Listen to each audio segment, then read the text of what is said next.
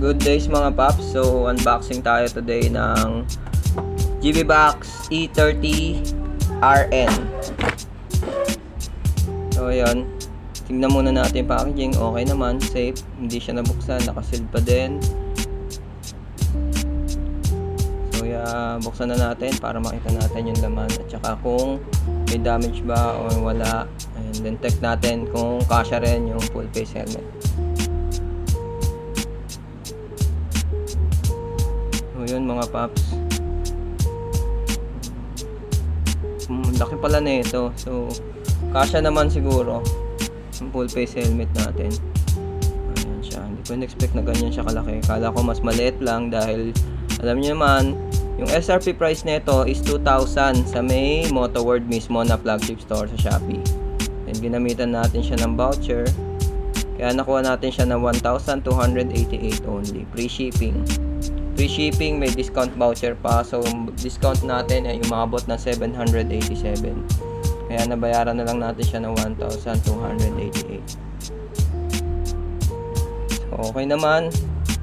Walang gasgas, walang damage, walang basag, kasi reflectorize niya.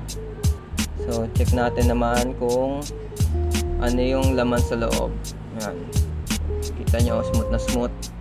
Iba yung plastic niya compare sa mga fake na GBbox na nagkalat. Ibang iba yung feeling. Alam mo yung pag authentic yung product eh. Sa plastic made pa lang, alam mo na legit.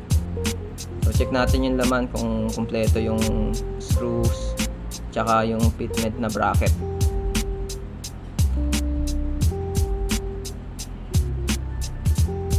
So yan na. So yan yung laman niya ay, so ito, yan yung laman niya mga paps. May bracket, screws, and washers. Base plate niya. And may user manual. And then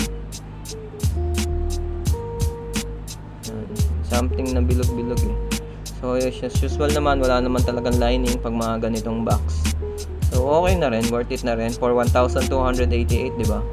Tapos sakto helmet mo, yun lang din naman yung purpose. Yes, yan, meron tayong warranty vouchers card. So warranty nito is last up to 2 years.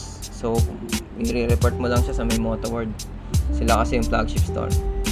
Tsaka direct supplier na GBbox dito sa Pinas. So ayan na. Check nyo kung ano. Diba? Napaka-smooth. Ganda tignan. So as usual sa GBbox, okay naman. Slick yung dating. And then kung ano lang yung purpose na kailangan ko, yun lang talaga yun. Kaya ito yung binili ko. Hindi ko kailangan na masyadong malaki. Dahil yung bracket natin is aluminum bracket lang siya. So nakabit na rin natin siya. So ito yung features niya pag nakalagay sa ating motor na si Berserk. Diba? So yun lang guys, thank you.